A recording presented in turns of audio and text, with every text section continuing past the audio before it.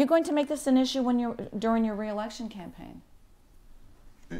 Make which an issue? The fact that I'm a sheriff who had made a terrible mistake, who has done everything possible to redeem himself and better myself with my family. Sure, I'm going to be very open and proactive about this. So if this had happened to somebody else in city politics, I would never go after, and I would never have condoned the way that they went after my family. It's okay. I get it. Me. Come after me. I get that. But they should have let you guys be together after that? Well, no. I think that they just were so brutal against Eliana and Theo. That's what it was like. Just took me. I mean, they were brutal to you too. I'll take that. Okay, so I'll take that part, but not the family to get to me. What should George Gascon have done? Well, I think he was, as he is, he likes media. And I think in some ways this became an opportunity to capitalize. And it wasn't just George Gascon. He was just first in the assembly line. Then it was Ed Lee and then others. I felt that they were capitalizing on the misfortune of others. And to your question of if this happened to somebody else and I was a witness to that, I would have thought exactly the same thing. And I have thought this before of other people who I thought were, you know, not well regarded in a process that should be just and fair. Can you think of another story like this? No, I can't. Not to this, not to this degree. Everything just became so chaotic and maniacal. I had conversations with members of the domestic violence groups that they support us. They didn't like what happened to us, but they say we cannot say it publicly. But the fact that the things that has to be done in the domestic violence, the laws that need to be changed or improved, that money and that energy has not been there. Doesn't matter if you remove the sheriff or not. The things that need to be done for domestic violence are still there. The need is still there. So they were not agreed this removing him or not removing him. The criminal case was done. You both paid the price. So let's work now for the issues that needs to be done. That is the message I have received. The larger issue, as it touches my capacity as sheriff that I've noticed, is that it's important for the system, and it is important, for the system to prevail in prosecuting cases of domestic violence. The system does nothing for the retrenchment of family.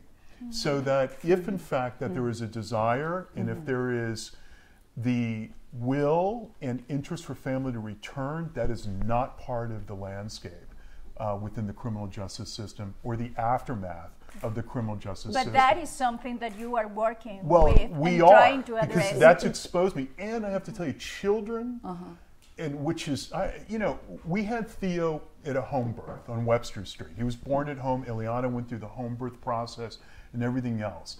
That and our own experience and just who we are as a family has inured me that much more, I think endeared me that much more to the idea of how children of the incarcerated or children that go through this are that much more affected. And my administration has put a great deal of resources in bonding and reunification between families and children of the incarcerated.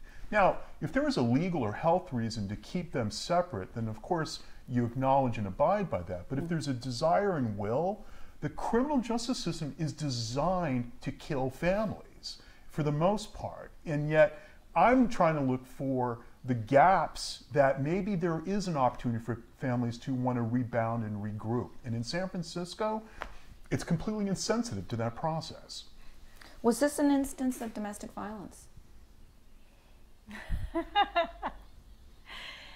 That is a large discussion. I don't feel we live in a domestic violence environment. I don't feel we live in an abusive house. Nobody living in a domestic violence relationship can have a healthy, happy, well-regulated, confident child like we have. Theo is doing theater, he's doing music, he's creative, he is doing soccer, swimming.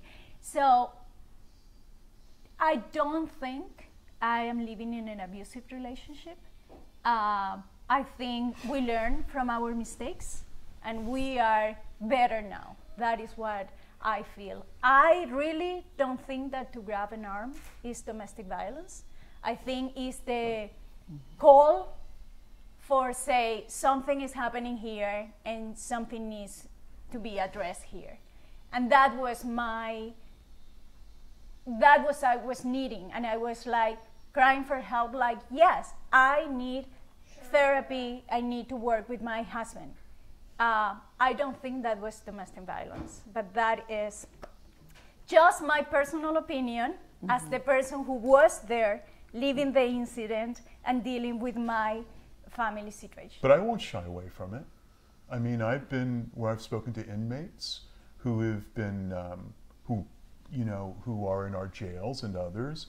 They know who all I am, and I've told them that I have, I've made mistakes, and we have to end domestic violence. Were you committed domestic violence? Yes, I said that, and again, from the very onset of this, I said that I wanted the process to follow itself. I don't like how the process had, I think, was insensitive or mistreated my family, but as it worked with me, I have stuck to the integrity of the process. It has its blemishes in the process, but I think the system worked as it's supposed to work. The system did not help us come back together.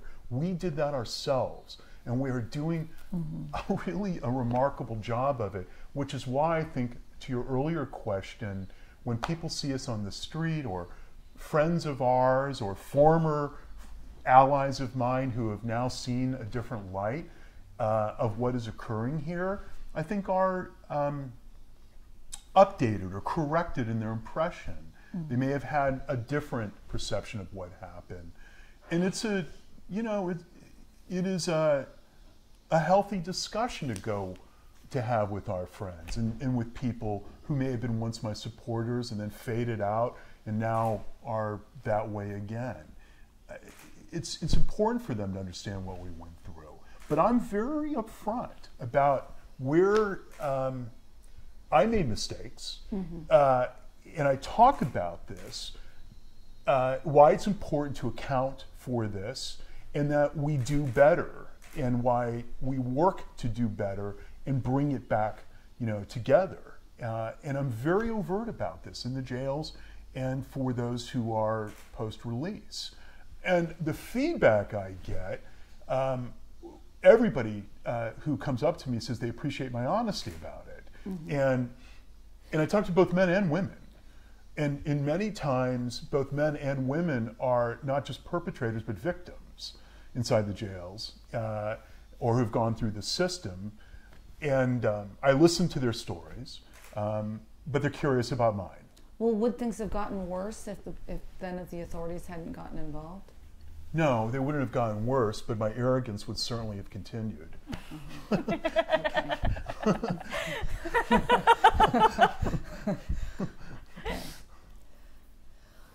That's it.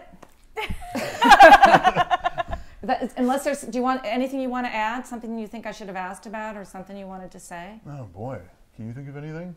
I'm sorry if we rambled on too. No, I just wanted to hear what you had to say. That's all. One of the things that that thing that gave him a second chance, and what I feel was unfair was that the mayor tried to make the decision by himself, removing him and suspending him without pay. I think is, and in that moment I said, this is for democracy, is the people who has to vote. And now we are going through re-election. And I would like the people see the work that he is doing, the change that he has done as my husband, as Theo's father, and as a sheriff.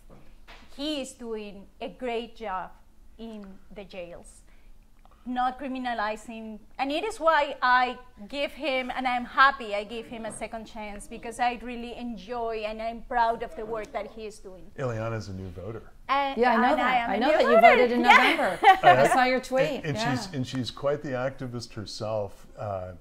I think she should run for office, actually. Are you going to run, Eliana? No, I don't have that thick skin Oh, I disagree. to deal with. But yes, you're a I work in the informed- radio, She giving does Spanish radio. information to the people and talking about the information and the programs that are out there for us. Yeah, So- I have to tell you, for somebody, I mean, and you asked me this about if this happened to somebody else, and I was observing, if I understood the place that, if I hadn't been married Eliana, but understood the place she was in as somebody fairly new to the country, going through an experience like this, I thought they were just brutal in the way that they were not considering her position at all. I just thought brutal. You know, now she's obviously more But veteran. also I come from Venezuela, where we have these political things. Se terminó. Vamos a Very decirle different. Happy New Year. Happy New And we Year. wish everybody a Present? Happy New Year. Happy New Year. A Happy New Year. You're tired still. Well, thank you. Thank you. Thank you, Debra. Vamos a terminar. Okay, se terminó.